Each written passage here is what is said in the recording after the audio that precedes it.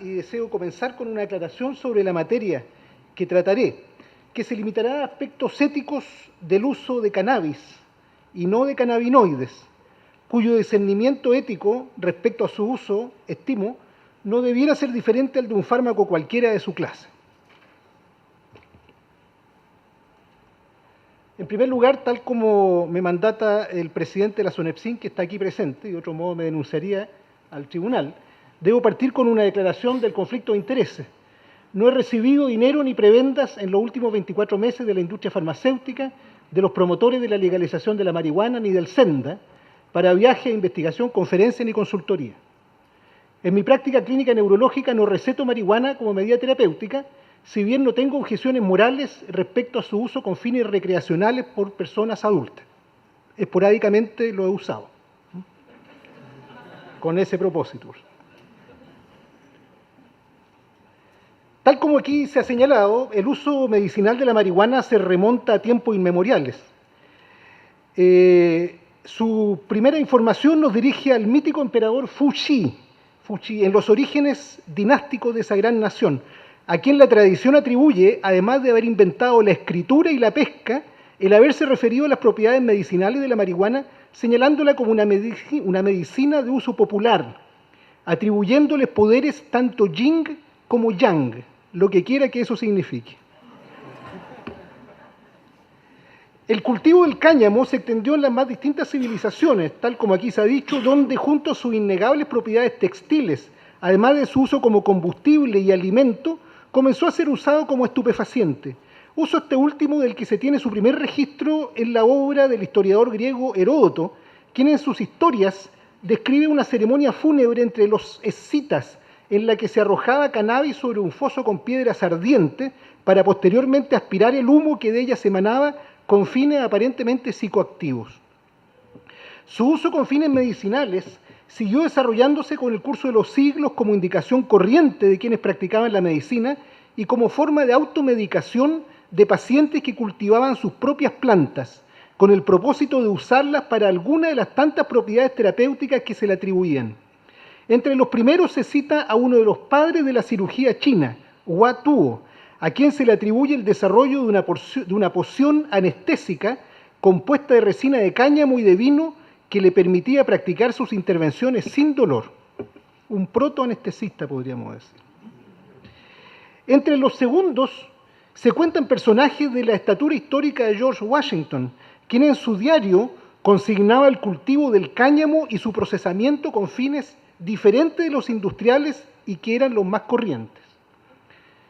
De hecho, George Washington hizo algunos experimentos no controlados respecto a cuál era la mejor cepa de las cuales cultivaba para los fines que él perseguía. Tras el paso de los años del uso medicinal de la marihuana, se abrió paso hasta posicionarse en la farmacopea vigente, como se grafica en esta edición del listado de medicamentos registrados por la Convención Médica Nacional de los Estados Unidos del año 1850, en que el extracto de cannabis era registrado para el tratamiento de enfermedades tan disímiles como el cólera, el alcoholismo, la lepra y las convulsiones. Con su aceptación por la medicina oficial, prosperaron cientos de preparados, como lo mostraba el doctor Castillo, que incluían extractos de marihuana entre sus principios activos, varios de ellos producidos por respetables compañías farmacéuticas, que eran anunciados en la prensa aludiendo a sus sorprendentes propiedades terapéuticas, como era la costumbre en esa época y como desgraciadamente está volviendo a hacerlo. Si su uso a esas alturas era validado por miles de años de experiencia y supuestamente por millones de pacientes agradecidos, ¿no bastaba entonces con esta respetable tradición médica para considerar que el uso medicinal de la marihuana estaba ya en ese entonces suficientemente probado, permitiendo desechar las aprehensiones que hoy se esgrime para no permitir su uso? Basta escarbar un poco en la historia y la terapéutica médica, sin embargo, para descubrir que la sola tradición, sin la debida refrendación por las pruebas empíricas que validen la efectividad y seguridad de sus acertos, corre el serio riesgo de perpetuar prejuicios y validar conductas cuya real eficacia y seguridad desconocemos.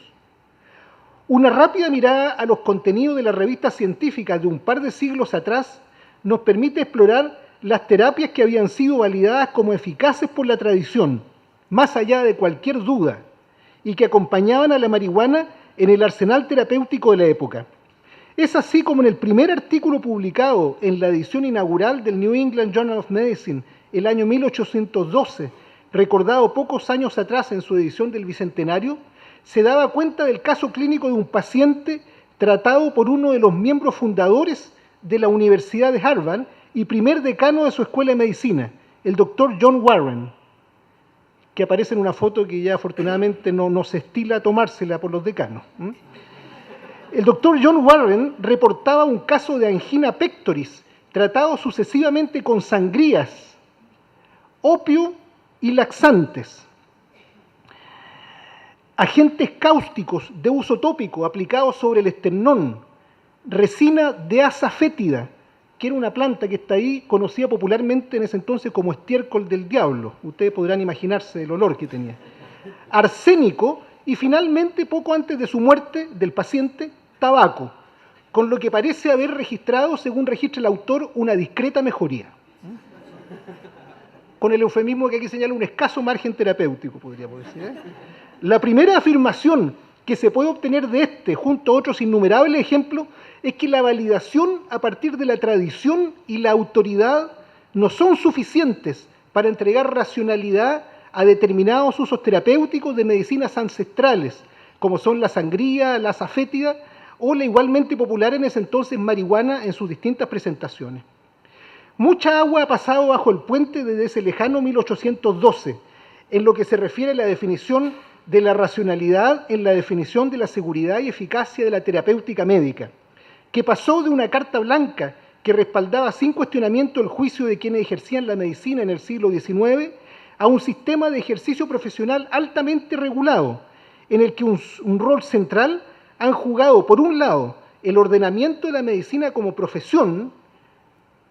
a la cual se le permite la autorregulación, y por otro, la creación de agencias gubernamentales, especialmente dirigidas a regular el desarrollo y comercialización de medicinas y dispositivos terapéuticos, focalizadas particularmente en la necesidad de garantizar la eficacia y seguridad de estos antes de hacerlos disponibles a la población. Desde la mirada de la ética profesional, el desarrollo de la sociología en el siglo XX permitió identificar los elementos distintivos de la medicina que le entregaban el carácter de profesión, con sus privilegios y responsabilidades. En palabras de Talcott Parsons, uno de los fundadores de la Escuela de Sociología de la Universidad de Harvard y figura líder en la definición del rol de las profesiones en la sociedad moderna, el médico juega un rol de agente poseedor de un conocimiento teórico altamente especializado y asimétrico con relación al paciente que acude en busca de atención. En esta particular relación, la sociedad espera que el médico se comporte de un modo altruista, siguiendo estrictos estándares éticos que tienen por finalidad anteponer el bienestar del paciente por sobre cualquier interés secundario, a la vez que debe entregar racionalidad científica a su actuar. En recompensa por este rol, señala Parsons, el profesional médico es generosamente tratado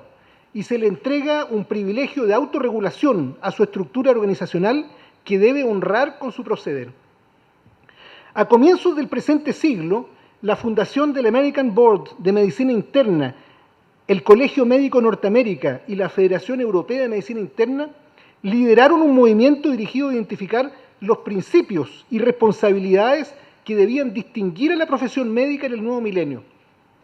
Publicados a modo de declaración, Charter fue el nombre que recibió, de forma simultánea en la revista de mayor prestigio a ambos lados del Atlántico, el primer principio recogido como distintivo de nuestra profesión tenía un sabor indudablemente hipocrático. Este era el de sostener la primacía del bienestar del paciente frente a cualquier otra consideración,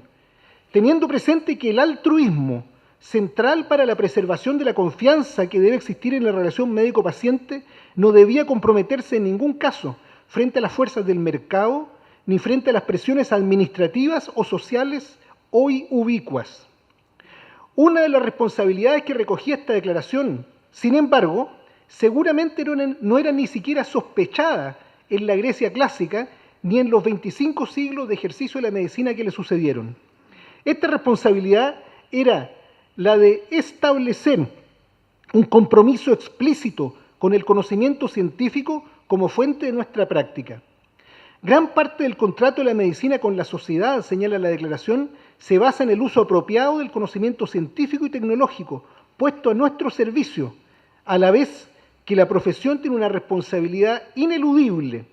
con la integridad de este saber y con sus fundamentos, dados por la mejor evidencia disponible y por nuestra experiencia. El estatus legal del uso medicinal de la marihuana, por consiguiente, no puede anteponerse desde la mirada de la profesión médica al análisis racional de su eficacia y seguridad. Esta conclusión es compartida por la profesora Rebecca Dresser, integrante del Consejo Presidencial de Bioética de los Estados Unidos y profesora de esa disciplina en la Universidad de Washington, quien en un artículo publicado en el Hastings Center Report, frente a la disparidad de criterios legales existentes en ese país en relación con el uso medicinal de la marihuana, a lo que hacía alusión la doctora Acevedo en su presentación, concluía del siguiente modo: una mejor aproximación sería tratar a la marihuana tal como lo hacemos con otros potenciales agentes terapéuticos, sometiéndolos a rigurosa evaluación científica. Los votantes de los estados y los legisladores, dice la autora, debieran ser más escépticos respecto a los supuestos efectos médicos benéficos de la marihuana y a la vez los agentes gubernamentales menos hostiles hacia los esfuerzos dirigidos a poner a prueba estos efectos, permitiendo y promoviendo la realización de estudios de la validez y la calidad del que acaba de ser expuesto por el doctor Mercado. La responsabilidad profesional de acudir a la evidencia científica que respalde las afirmaciones sobre beneficios y daños provocados por nuestro arsenal terapéutico es hoy inexcusable,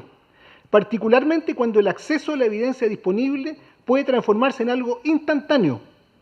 algo tan sencillo como teclear epistemónicos en cualquier buscador y a continuación escribir cannabis en su motor de búsqueda, nos abre una ventana a un mundo de información destilada y debidamente referenciada, que nos permite ilustrar nuestra opinión desde la ciencia en lugar de los prejuicios. Herramienta que está al acceso tanto de quienes deben redactar políticas públicas como del médico clínico que ejerce en alguno de nuestros hospitales, por viejo que sea, y me refiero al hospital, por supuesto, y no al médico, y que además, el caso epistemónico de ser celebrada mundialmente, fue ideada y desarrollada por un compatriota, el doctor Gabriel Rada, que es el que está en la foto. Desde esta base, uno puede ser dirigido en materia de milisegundos hacia revisiones sistemáticas, como aquí han sido señalados, por ejemplo, aquellas contenidas en la biblioteca Cochrane. Sus conclusiones apuntan en este caso, ¿no es cierto?, y aquí ya ha sido ampliamente tratado, a la imposibilidad de obtener conclusiones favorables sobre el uso de la cannabis en la esquizofrenia o en pacientes que viven con el virus de la inmunodeficiencia, a la vez, sin embargo, que revelan el carácter más promisorio, tal como aquí se ha señalado también, si bien aún limitado, para su uso en vómito refractario durante la quimioterapia. Es esta información, sumada a los reportes sobre toxicidad, la que es tomada en cuenta por las agencias reguladoras gubernamentales para aceptar el uso medicinal de un producto. Es así como en el mes de abril del 2017, el Instituto Nacional de los Estados Unidos, Instituto Nacional de Salud, tras definir la marihuana médica como el uso de la planta no procesada o de sus extractos con el propósito de tratar una enfermedad o un síntoma, precisa que esta aún no ha recibido aprobación de la Agencia Reguladora de Medicamentos de este país, la FDA, si bien existen ya, como aquí se ha señalado, 2 fármacos en ese país que, utilizando cannabinoides químicos en forma de píldora, cuentan con la aprobación de ese órgano gubernamental. La información es concordante con los hallazgos del extenso y documentado informe del Instituto de Medicina de los Estados Unidos, publicado en el año 1999 y complementado con un reporte del año 2001 dirigido al público general, en que congruentemente se señalaba que se encontró escasas razones que permitiesen recomendar el uso de la marihuana no procesada en tanto medicina, particularmente cuando ésta era fumada, a la vez que recomendaban fomentar la investigación de sus ingredientes activos a partir de los cuales podían desarrollarse fármacos potencialmente beneficiosos. Lo que tenemos que agradecer hoy día está ocurriendo en Chile. En resumen, la mirada ética como profesión que debemos tener respecto al uso terapéutico de la planta de marihuana no procesada o de sus extractos tiene tras de sí la ancestral responsabilidad que nuestro ethos médico nos entrega, en particular la obligación de anteponer el bienestar de nuestros pacientes ante cualquier otra consideración y juzgar este beneficio a partir de la mejor evidencia científica disponible. En esta definición, los juicios sobre la seguridad y la eficacia no deben descansar exclusivamente en nuestras conciencias o apreciaciones subjetivas, sino que en instituciones que las comunidades científicas, sociedades, se han dado, como son las comunicaciones publicadas en medios debidamente supervisados y el trabajo de las agencias reguladoras de medicamentos, que han surgido como respuesta a esta exigencia de racionalidad que distingue el ejercicio de la medicina moderna. Mientras el jurado aún está deliberando, nuestra posición ética, en tanto profesionales de la medicina, estimo, debe ser necesariamente cauta. Si no queremos resucitar junto con esta ancestral terapia a las sanguijuelas, el asa fétida y el arsénico medicinal, sin más respaldo que la tradición, la autoridad, la anécdota y la inagotable credulidad de nuestros congéneres. Muchas gracias.